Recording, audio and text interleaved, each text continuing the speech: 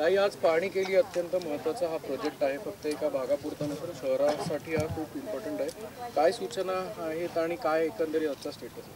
नाही, संपूर्ण खडकवासल्यामध्ये म्हणजे अगदी डोंज्यापासून खडकवासला डॅम आहे तिथे गेले अनेक वर्ष मी स्वतः कलेक्टर असतील, केंद्रातले मंत्री असतील किंवा महाराष्ट्रातलं सरकार असेल, म्हणजे बेसिकली पुणे म्युनिसिपल कॉर्पोरेशन आणि केंद्र सरकार यांच्याकडे सातत्याने त्या भागातले जे पाण्यामध्ये प्रदूषण होतं आहे त्या प्रदूषणासाठी, आणि हा फक्त खडकवासल्यासाठी विषय सीमित नाही आहे, पण देशामध्ये अर्बनायझेशन इतकं वाढत चाललं आहे. ग्रामीण भागातले निर्णय वेगळे आणि नियम कायदे आणि शहरामध्ये वेगळे असे असताना बॉर्डर्स आता जणू पाय ब्लर आपण म्हणतो, जो इंग्रजीत शब्द आहे, तशा झालेल्या आहेत. त्यामुळे आता डोंजे जरी ग्रामीण भागात असेल गाव, तरी तो सिंहगडाचा पायथा आहे, तो आता काही शहराचाच भाग झालेला आहे. त्यामुळे जे इन्फ्रास्ट्रक्चर एखाद्या शहरामध्ये असतं, STP प्लांट्स असतात, कचऱ्याचं नियोजन असतं, तसं ग्रामीण भागामध्ये ज्या वेगाने पुणे वाढतं आहे त्याच्यासाठी तातडीने लक्ष घालून हे प्रश्न सोडावे असे गेले अनेक वर्षाची माझी मागणी आहे. हा कुठलाही राजकीय विषय नाही, हा अतिशय गंभीर विषय. कारण त्याचा जो इम्पॅक्ट असेल तो एकदा जर पोल्युशन त्या भागात झालं तर त्याचे खूप मोठे परिणाम आणि किंमत ही पुण्यातल्या शहराच्या सगळ्याच नागरिकांना आणि ग्रामीण भागातही द्यावी लागेल. याच्या संदर्भात मी अनेक वेळा केंद्रातले या विषयाचे जे मंत्री आहेत, एन्व्हायरमेंटल मिनिस्टर आहेत भूपेंद्र यादव, त्यांचंही मार्गदर्शन अनेक वेळा मी घेतलेलं आहे. खूप चांगली चर्चा भूपेंद्र यादवांबद्दल ह्या विषयाची अनेक वेळा झालेली आहे. त्यांनीही महाराष्ट्र सरकारला काही सूचना दिलेल्या आहेत. पण पुणे म्युनिसिपल कॉर्पोरेशनमध्ये आम्हाला अपेक्षित असं वेगाने झालेलं हे काम दिसत नाही आणि प्रदूषण हे पुण्यामध्ये वाढताना दिसतं आहे आणि त्याचे इम्पॅक्ट्स खूप वर्ष स्थानिक नागरिकांना ते फार त्रासाचे होतील. त्याच्यामुळे पुणे म्युनिसिपल कॉर्पोरेशननी टाईम बाउंड मॅनरमध्ये पद्धतीने हे सगळं काम तातडीने करावं आणि जे एअर पोल्युशन आहे, पाण्याचं पोल्युशन आहे, हे सगळे विषय अतिशय गांभीर्याने घ्यावे. ताई, राज्यात आपल्या मराठा आरक्षणाचा वाद पेटलेला असतानाच देशात दुसरं राज्य आहे झारखंड, ज्यानं आता बिहारनंतर जातीय जनगणना करण्याचा निर्णय घेतला. तिथल्या मुख्यमंत्र्यांनी तसे आदेश दिलेत की जातीय जनगणनेच्या कामाला लागा, अहवाल डेटा हा सगळा मागवला आहे. राज्यात असं काही व्हायला पाहिजे किंवा पूर्ण देशात व्हायला पाहिजे? तुम्ही खासदारात एवढे दिवस. मी फ्लोअर ऑफ द हाऊसवर अनेक वेळा ही मागणी ऑलरेडी केलेली आहे आणि धनगर, मराठा, लिंगायत, मुस्लिम आणि भटक्या विमुक्त समाजाचे अनेक विषय हे प्रलंबित आहेत. त्याच्यावर आपल्याला आठवत असेल, धनगर समाजाला पहिल्या कॅबिनेटमध्ये आरक्षण देऊ असं देवेंद्र फडणवीस बारामतीलाच येऊन म्हणले होते. त्या गोष्टीला 10 वर्ष झाली. गल्लीपासून दिल्लीपर्यंत त्यांची सत्ता आहे, पण धनगर समाजाला त्यांनी न्याय दिलेला नाही. जरांगे पाटलांची आंदोलनं, त्यांच्या वेदना, त्यांचे कष्ट उभ्या महाराष्ट्राने पाहिलेले आहेत. मराठा समाजाला अजूनही आरक्षण त्यांना अपेक्षित आहे असं मिळालेलं नाही. तशीच परिस्थिती भटक्यांची आहे, लिंगायतांची आहे, मुस्लिमांची आहे. त्याच्यामुळे सत्तेत असले तरी सर्वसामान्य मायबाप जनतेच्या आयुष्यात आरक्षण असेल, शिक्षण असेल, आरोग्य सेवा असतील, बेरोजगारी असेल, ह्याच्यात कितीही त्यांच्याकडे सत्ता असली तरी हे प्रश्न सुटलेले दिसत नाही आहेत. पुण्याचंच उदाहरण बघा. पुण्यामध्ये आज आपण हा STP प्लांट बघायला आलो आहे. गेले 7 वर्ष एका विचाराची सत्ता ही पुण्यामध्ये आहे. तर पुण्यामधलं आयुष्य कुणाचं सुधारलं आहे का? तर मीही पुण्याची नागरिक आहे. मी तुम्हाला एक नागरिक म्हणून सांगते, तुम्ही मला उत्तर द्यायचं. ट्रॅफिक पुण्याचा वाढला आहे का? नाही तर वाढला आहे. पुण्यामध्ये पाण्याचे प्रश्न आजही आहेत का? तर आहेत. ते अजून तीव्र व्हायला लागले. आज बावधनसारख्या ठिकाणी वीज एवढी त्यांची सत्ता आहे, विजेचा प्रश्न सुटला आहे का? तर नाही सुटलेला. मग एवढी गल्लीपासून दिल्ली, 200 आमदार, 300 खासदार, एवढी मोठी सत्ता असून कुठले मोठे प्रश्न सोडवण्यात त्यांना यश आलं आहे? महागाई वाढली आहे, बेरोजगारी वाढली आहे, भ्रष्टाचार तर त्यांनी ऑफिशियलच केलेला आहे. मग इलेक्टोरल बॉन्ड्स असेल किंवा पेटीएममध्ये झालेला भ्रष्टाचार असेल, आणि इलेक्टोरल बॉन्ड्स आणि पेटीएमचा भ्रष्टाचार हा माझा आरोप नाही. सुप्रीम कोर्टाने आणि RBIनी जे ताशेरे पेटीएम आणि इलेक्टोरल बॉन्ड्स वर जे ओढलेले आहेत हे उभ्या सगळ्या देशांनी पाहिलेले आहेत. त्याच्यामुळे इलेक्टोरल बॉन्ड्स आणि पेटीएम असे अतिशय महत्त्वाचे भ्रष्टाचाराचे आरोप हे जे झालेले आहेत ते ऑफिशियली सुप्रीम कोर्ट आणि RBIनी केलेले आहेत.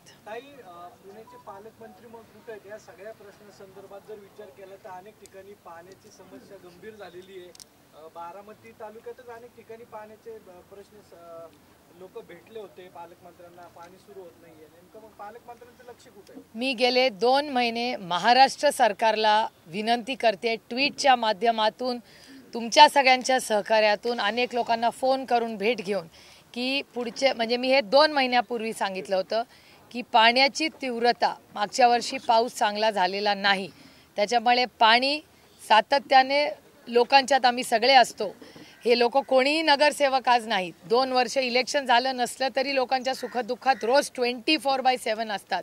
कचऱ्याचा विषय हा अतिशय गंभीर झालेला आहे। ट्रॅफिक तर तोबा तोबा, पुण्याचा ट्रॅफिक म्हणजे लोक मला सांगतात ताई बाकी सगळं राहू द्या, ट्रॅफिकचा काहीतरी मार्ग काढा। इन्फ्रास्ट्रक्चरचे प्रोजेक्ट्स आज आम्ही 2 रिव्ह्यू केले, त्याच्यात बॉटलनेक्स म्हणजे एक मोठा रस्ता, ह्या तर 7 वर्षामध्ये एकच ब्रिज संपूर्ण पुण्यामध्ये झालेला आहे, बाकी कुठला रस्ता झालाय? मेट्रोचं काम चाललंय, हे इतकं वेग इंटिग्रेटेड हे काम करायला पाहिजे होतं, तसं झालेलं नाही। अनेक रस्ते आहेत जे एका ठिकाणी एका मोठ्या प्रोजेक्टपर्यंत येतात, नंतर बॉटलनेक होतो, मग त्याचा उपयोग काय झाला? म्हणजे वेगाने यायचं आणि मग तिथे 2 तास थांबून राहायचं।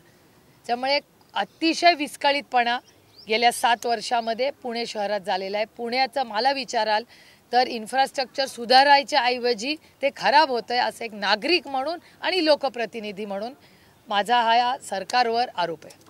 उद्या 19 तारीख आहे, तर राहुल नार्वेकरांनी जो निर्णय घेतला होता त्याविरोधात आपली एक याचिका आहे सुप्रीम कोर्टात, त्यावर सुनावणी होणार आहे। आणि दुसरं निवडणूक आयोगाचं एक मेन्शन केलेलं आहे की पक्षचिन्ह नाही भेटलं, कसं बघता उद्याचा निकाल हा खरं तर ऐतिहासिक असणार आहे?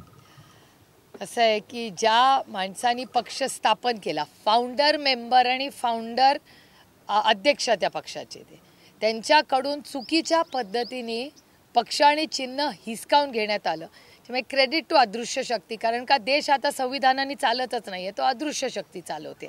आणि हे मी म्हणत नाही, महाराष्ट्राचे मुख्यमंत्रीच म्हणतात।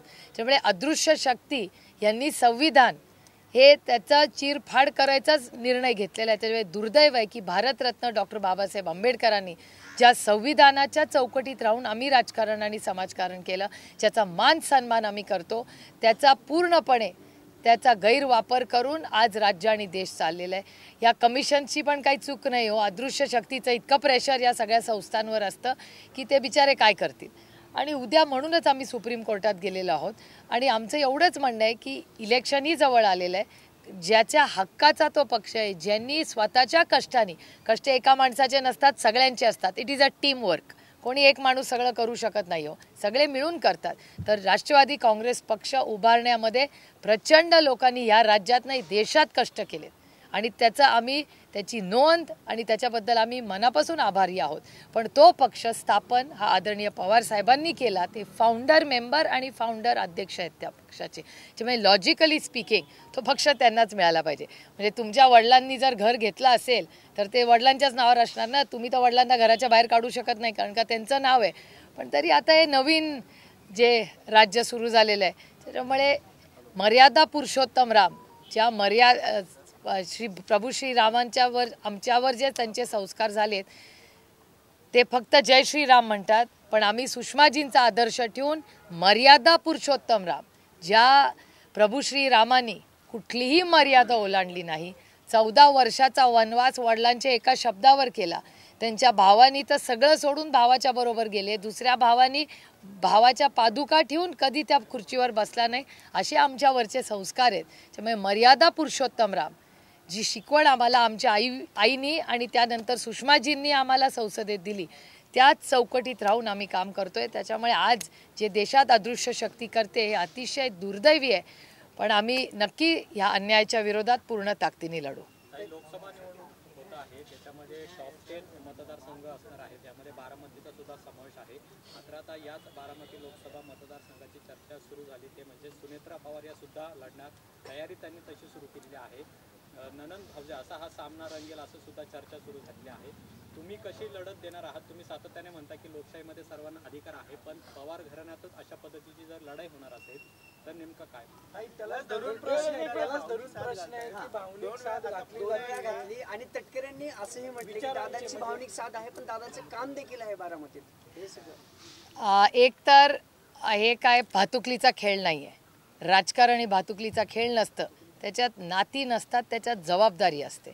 नाती ही प्रेमाची असतात आणि मी नात्यांचा आणि माझ्या कामात कधीही गल्लत करत नाही.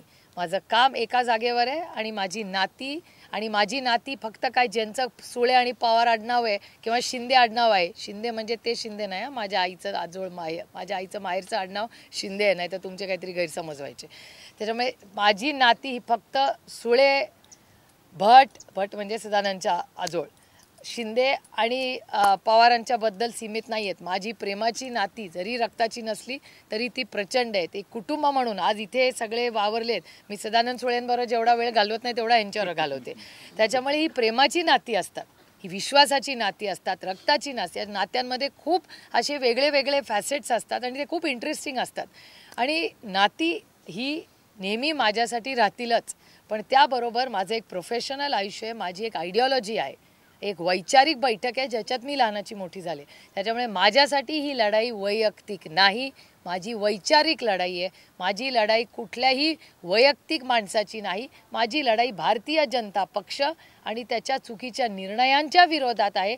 आणि त्यांच्या आघाडीत जे कोणी त्या चुकीच्या विचारात काम करत असतील त्या विचाराच्या, म्हणजे मला तो विचार चुकीचा वाटतो किंवा अयोग्य वाटतो, त्याच्यामुळे त्या वैचारिक विचाराशी माझी लढाई आहे, वैयक्तिक माझी कुणाशीही नाही. एक मुलाखत झाली होती तुमची आणि म्हटले की संसदेत भाषण करणं म्हणजे मतदारसंघात फिरण्यासारखं नाहीये, वैयक्तिक पातळीवर आता टीका सुरू. आता तो त्यांचा विषय ना, हा प्रश्न तुम्हाला त्यांना विचारायला लागेल. आणि दोन गोष्टी मी तुम्हाला आवर्जून सांगू इच्छिते. सेल्फीचा विषय तुम्ही काढलाय, चांगलं केलं, कारण का आदरणीय प्रधानमंत्र्यांनीच खरं तर एक ऑर्डर काढली आहे, जी ऑर्डर मी पार्लमेंटमध्ये वाचून दाखवली.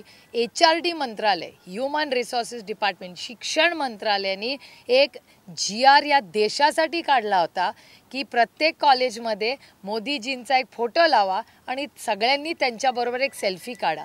त्यांनी स्मृती इराणींना असं सांगितलं होतं प्रधानमंत्र्यांनी की या देशातल्या 1 कोटी आहे, मी सगळं तुमच्या चॅनलवर ऐकलेलं सांगते, मला काय कोणी येऊन सांगितलेलं नाही, मी वाचन करते आणि TV बघते, त्याच्यातून बातम्या करतात, त्याच्यावरून सांगते. अशी एक बातमी आली होती की स्मृती इराणींना असं मोदीजींनी सांगितलं होतं की 1 कोटी महिलांबरोबर तुम्ही सेल्फी काढा, असं वर्तमानपत्रात आलेलं आहे. दुसरं, सगळीकडे म्हणजे स्टेशनपासून कॉलेजेसपासून मोदीजींचे सगळे सेल्फी पॉईंट्स लावा. आपल्याला आठवत असेल भारतीय जनता पक्षाचे सहकारी परवा मला ते ह्याच्यात भेटले प्लेनमध्ये, ते दिल्लीला चालले होते, त्यांनी एक पुस्तकांचं मोठं एक्झिबिशन केलं होतं बघा आपल्या फर्ग्युसन कॉलेजला, राजेश पांडेजी आठवतं, ते परवा मला विमानात भेटले होते पांडेजी. तर पांडेजी जेव्हा त्यांनी मला खूप मोठ्या मनाने बोलवलं होतं त्यांच्या त्या पुस्तकाच्या एक्झिबिशनला, तिकडे पण 3 सेल्फी पॉईंट्स होते. एक मोदीजींचं होतं, एक DCM 1, DCM 2 आणि CM, असे 4 सेल्फी पॉईंट्स होते. मग ते सरकारचा निर्णय होता की आमच्यावर सेल्फी. मोदीजींचं दिल्ली एअरपोर्टला आपण एंटर करतो ना, आज शिरताच गेट नंबर 1ला मोदीजींचा एक मोठा सेल्फी पॉईंट आहे. त्याच्यामुळे सेल्फी प्रमोशन हे आम्ही करत नाही आहे, या देशाचे प्रधानमंत्री करतायत. आणि प्रधानमंत्री जरी एका वेगळ्या विचारात काम करत असले तरी देशाचे प्रधानमंत्री आहेत, त्या पदाचा आपण नेहमी सगळ्यांनी गौरव केला पाहिजे. आणि देशाचे प्रधानमंत्रीच आवर्जून आम्हाला खासदारांना सांगतात की जावा सेल्फी काढा. तर मोदीजी म्हणजे वैचारिक नाही, पण या देशाचे प्रधानमंत्री वयाने मोठे आहेत, कर्तृत्वाने मोठे आहेत, त्यांच्या विचाराचा आम्ही मान सन्मान करतो. हा पहिला मुद्दा. अजून माझा एक दुसरा मुद्दा आहे. तुम्ही म्हणला भाषण करत पार्लमेंटमध्ये.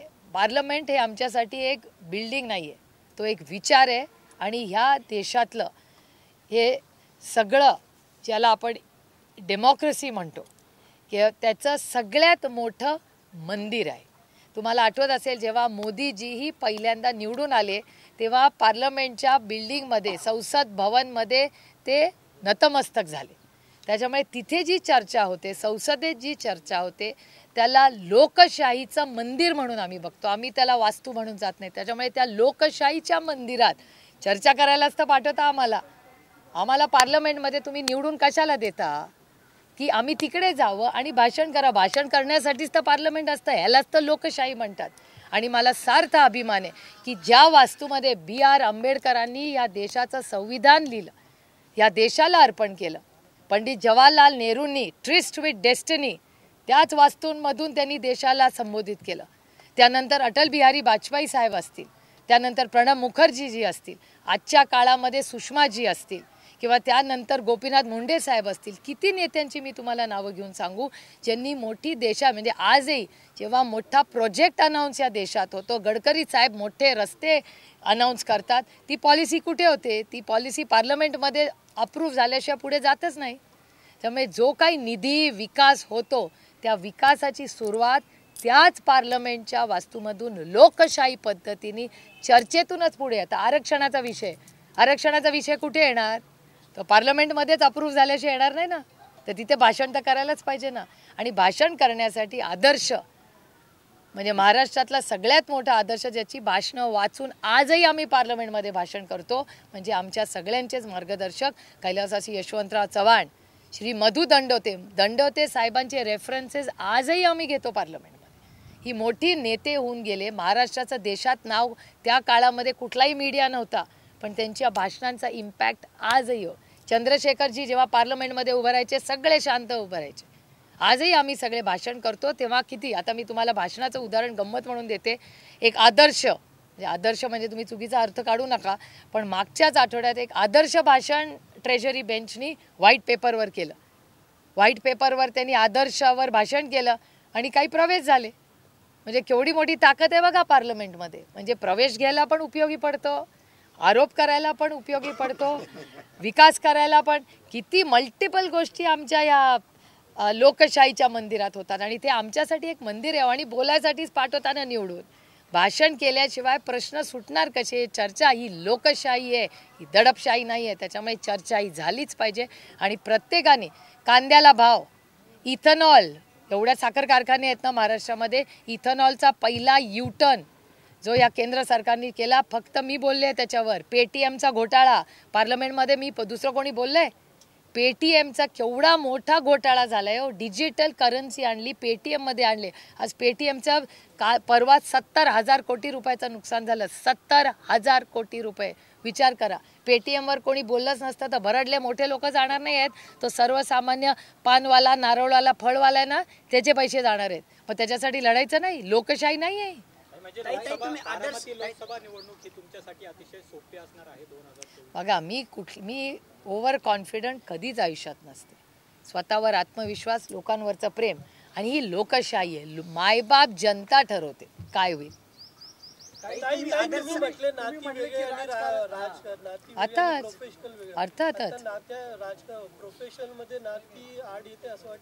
नाही, मी असा विचारच करत नाही. प्रश्न आहे की दादा म्हटले की मी एकटा आहे, माझी फॅमिली एकटी आणि मला सगळे जण जे ते वेगळे पाटील किंवा भावनिकता हे करतील, त्याच्यामुळे बारामतीकर माझ्यासोबत आहेत. तुम्ही कसं बघता? आमच्या सगळं फॅमिली थोडी पॉलिटिक्समध्ये. आमची फॅमिली प्रायव्हेट आहे. आमच्या फॅमिलीचा काय संबंध?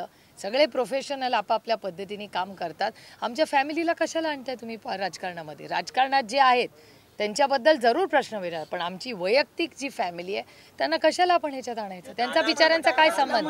आता दादा काय म्हणाले याचा तुम्ही दादाला प्रश्न विचारायला ना, माझं कसं करणार? असं होतं दादांचं बारामतीत होतं की पवार कुटुंबीय अनेक कुटुंबातले सदस्य माझी फॅमिली सोडले तर सर्वजण विरोधात जातील, पण तुम्ही जाऊ नका, असं एक भावनिक साथ ज्याला म्हणतात. आता माझी फॅमिली म्हणजे कोण?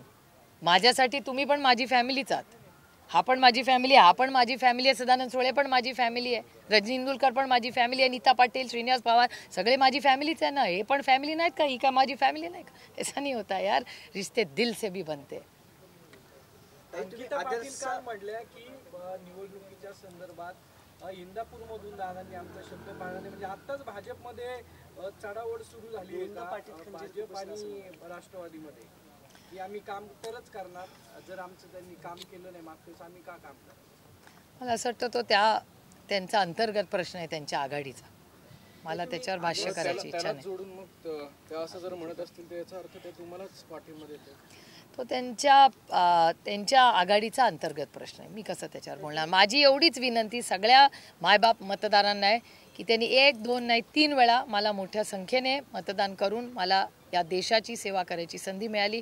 कालच president of India, vice president of India आणि ज्या कमिटीवर भारतीय जनता पक्षाचे लोक आहेत, माझा काका मामा वडील त्या कमिटीवर नाही, मेरिटवर मला काल मी माननीय प्रेसिडेंट, माननीय व्हाईस प्रेसिडेंट ऑफ इंडिया आणि भारतीय जनता पक्षाचे बरेच लोक ज्यांनी काल माझ्याबद्दल चांगले शब्द म्हणजे मला आशीर्वाद दिले, त्या सगळ्यांचे हे राजनीतीचे उठके खरं तर काल जो कार्यक्रम दिल्लीत झाला त्याबद्दल मी त्यांचे आभार मानते. बारामती लोकसभा मतदारसंघातल्या प्रत्येक मतदाराचे मनपूर्वक आभार मानते की त्यांनी हा माझ्यावर विश्वास टाकला आणि माझी एवढीच त्यांना विनंती राहील की मेरिट बघून मला पास करा, ओनली ऑन मेरिट. ताई, ते तुमच्या बरोबर आले, त्यांना दादांनी परवाच्या पंधरे म्हणून गाव आहे तिथं सभेत धमकी पण दिली की पुढं गरज लागल्यानंतर तुम्हाला माझ्याकडेच यायला लागेल, मी उघड धमकी तुमच्यावर येणार लोकांना. मी ना राजकारणात सगळ्यांची सेवा करण्यासाठी आले.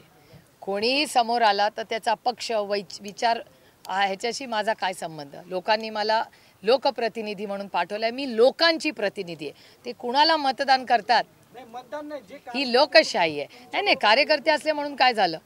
आता भारतीय जनता पक्षाचे अनेक वर्ष आम्ही सत्तेत होतो, आम्ही केली ना त्यांची कामं. भारतीय जनता पक्षाचा आमदार खासदार तुम्ही आदरणीय पवार साहेबांचं 10 वर्षाचं हे काढून बघा कृषी मंत्रालयातलं काम.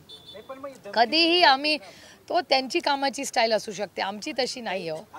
आम्ही इथे सेवा करायला आलेलो. दादागिरी सुरू झाली म्हणायचं. ते आता तुम्हाला जे तुम्ही अर्थ काढायचा तुम्ही काढा. मी राजकारणात का आली आहे तर मी या भारताची आणि तुमच्या आयुष्यात एक चांगला बदल घडवण्यासाठी आणि तुमची सेवा करण्यासाठी मी राजकारणात आलेली आहे. आदर्श नाव तुम्ही घेतलात. आदर्श म्हणजे आदर्श शब्द मुलांना आपण कसं सांगतो की एक आदर्श संसदपटू व्हा, आदर्श आई वडिलांसाठी ठरवा, असं मला आदर्श म्हणायचं होतं. तुम्ही काय अर्थ काढला मला माहिती नाही. धरून असा प्रश्न आहे ताई, त्यांच्याकडनं असे दावे प्रतिदावे होतात की मोदीजींचं देशभर काम आहे, मोदीजींचा देशभर बोलबाला आहे, त्यांच्या या कामावरती विकासावरती बोलून बाबा सिद्दीकी आपल्याकडे आले, अशोक चव्हाण भाजपमध्ये आले त्यांच्याकडे.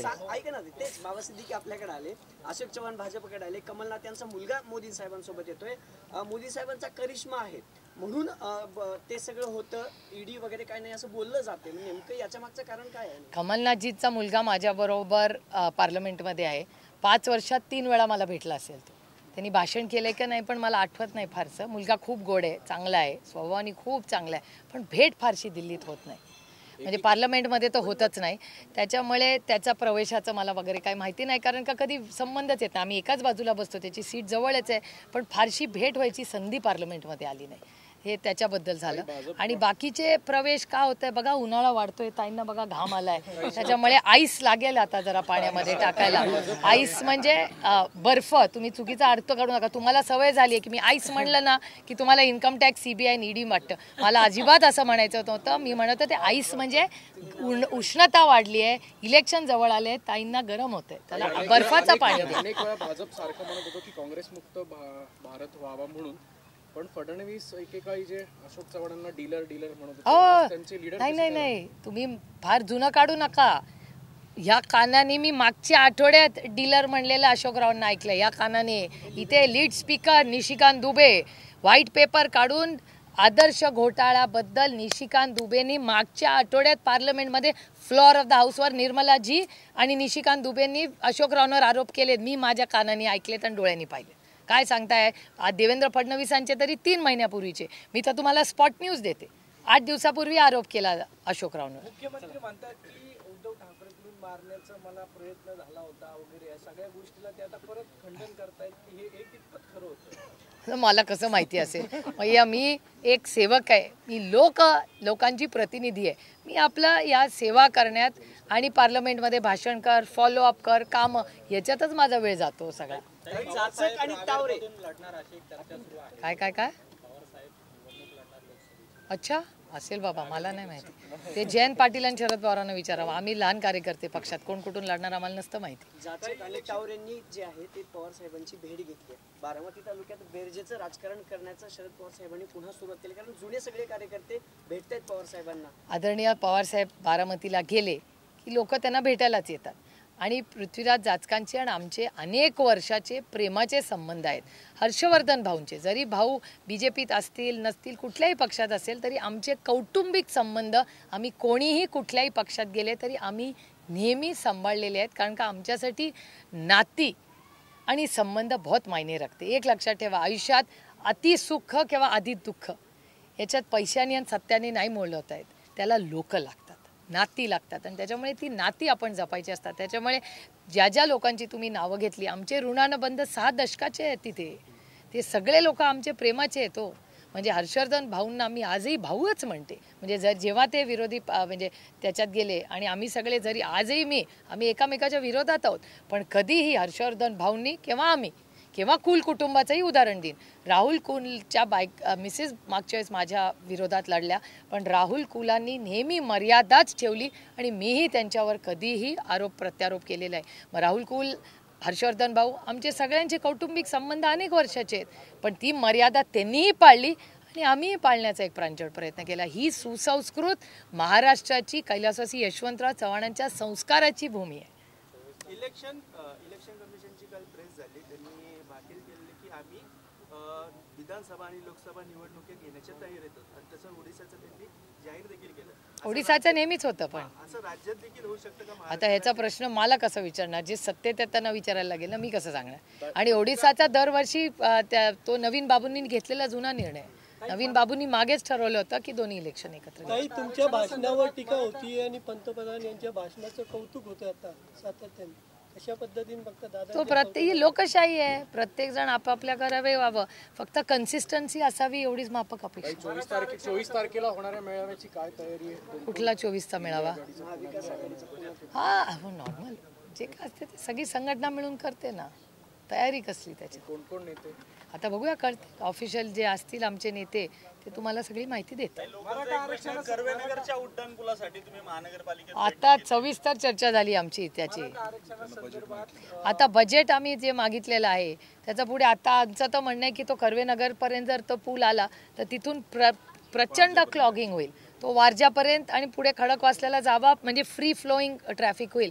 पण तिथे आता प्रॉब्लेम असा होणार आहे की तो पुढेच न आल्यामुळे त्यांचा डिझाईनचा इश्यू झाला आहे. म्हणजे एकीकडे तुमचं ते नदीचं सुशोभीकरण आणि हा ब्रिज, त्याच्यात क्लॅरिटी नाही आहे सरकारमध्ये, म्हणजे पुणे म्युन्सिपल कॉर्पोरेशनमध्ये, आणि तिथे फुल क्लॉगिंग होणार ट्रॅफिकचं. कारण का सगळे येतील मोठ्या वेगाने आणि नंतर इट बिकम्स कम्प्लिटली नॅरो, म्हणजे रस्ता संपतोच तिथे जणू काय. आत्ता तरी परिस्थिती रस्ता संपण्याची आहे, त्याच्यामुळे तो तिथून खडकवासल्यापर्यंत न्यायलाच पाहिजे. आणि त्याच्यात सरकार आम्हाला क्लिअर डिझायनिंगच दाखवत नाही. तर परत पुढच्या आठवड्यात आम्ही जाणार आहे, कारण का त्या सरकारकडेच क्लॅरिटी नाही आहे तो रस्ता पुढे कुठे उतरायचा. शिवने उत्तमनगर भागामध्ये पण मोठ्या प्रमाणात वाहतुकीची कोंडी होते. त्रिंबकांना मोकाशी पण त्याबाबत तुमच्याशी चर्चा केली. तुम्ही पण पालिकेत तोच आमचं तेच म्हणणं आहे की रस्त्याची कंटिन्युटी बघा. 7 वर्ष भारतीय जनता पक्षाची सत्ता इथे, एक ब्रिज बांधलाय, एक. आमची सत्ता असताना 60 बांधले होते, यांनी एकच बांधला. आणि आता ट्रॅफिक म्हणजे बाबा रे, आज मी लोकांना सकाळी विचारलं की तुम्ही शिवण्यात असला तर मुंबईला जाल का लग्नाला लक्ष्मी लॉन्जला जाल, तर लोक म्हणतात मुंबईला जातो, लक्ष्मी लॉन्जला जायला लावू नका. अशी परिस्थिती आहे. दुर्दैव आहे की कोणाचं पुण्यात लक्षच नाही हो. तिसरा विषय ऑक्सिजन पार्क म्हणून आता भूमिपूजन झालं, तर त्याचं क्रेडिट नक्की कोणाचं आहे? भाजपाने आता भूमिपूजन केलं, राष्ट्रवादीने बॅनर लावले, तुम्ही पण त्याच्याबाबत बैठक घेतल्या होत्या, नक्की कोणाचं क्रेडिट आहे? क्रेडिट नसतं. कोण खिशातून पैसे देतं का? वैयक्तिक करतात. चॅरिटी फक्त पुनावाला करतात, कल्याणी बजाज हे मोठे लोक करतात, मग ते क्रेडिट घेऊ शकतात, कारण का त्यांनी खरंच खिशातून पैसे. आम्ही विकास जो करतो ना तो टॅक्स पेअरच्या पैशातून करतो. त्याच्यामुळे श्रेयवाद बियॉन्ड द पॉइंट ना. लेट्स ग्रो अप यार. इमैच्योरिटी नहीं छोड़ के थोड़ा बड़ा देश का कोई तो सोचे और राज्य का कोई तो बड़ा सोचे. खुद का कब तक सोचोगे? मराठा आरक्षणासंदर्भात अहवाल सादर झालाय मुख्यमंत्र्यांकडे. तर जे मागासवर्ग आयोग सदस्य मेश्राम यांचं म्हणणं आहे की आम्हाला विचारात न घेताच सह्या केल्या आणि तो अहवाल सादर केला, ते आक्षेप घेतलाय सदस्य. हा आरोप अतिशय गंभीर आहे, अतिशय गंभीर आरोप आहे. म्हणजे एकतर सभासद सोडून गेले, काहींना काढून टाकण्यात आलं, आणि जर त्यातला एक सभासद म्हणत असेल माझी सहीच नाही, तर त्या डॉक्युमेंटची क्रेडिबिलिटी किती? म्हणजे ही पुन्हा एकदा जसं धनगर समाजाला फसवलं तसंच मराठा समाजाला फसवायचं काम हे सरकार करतंय असं लोक म्हणायला लागले आता समाजामध्ये.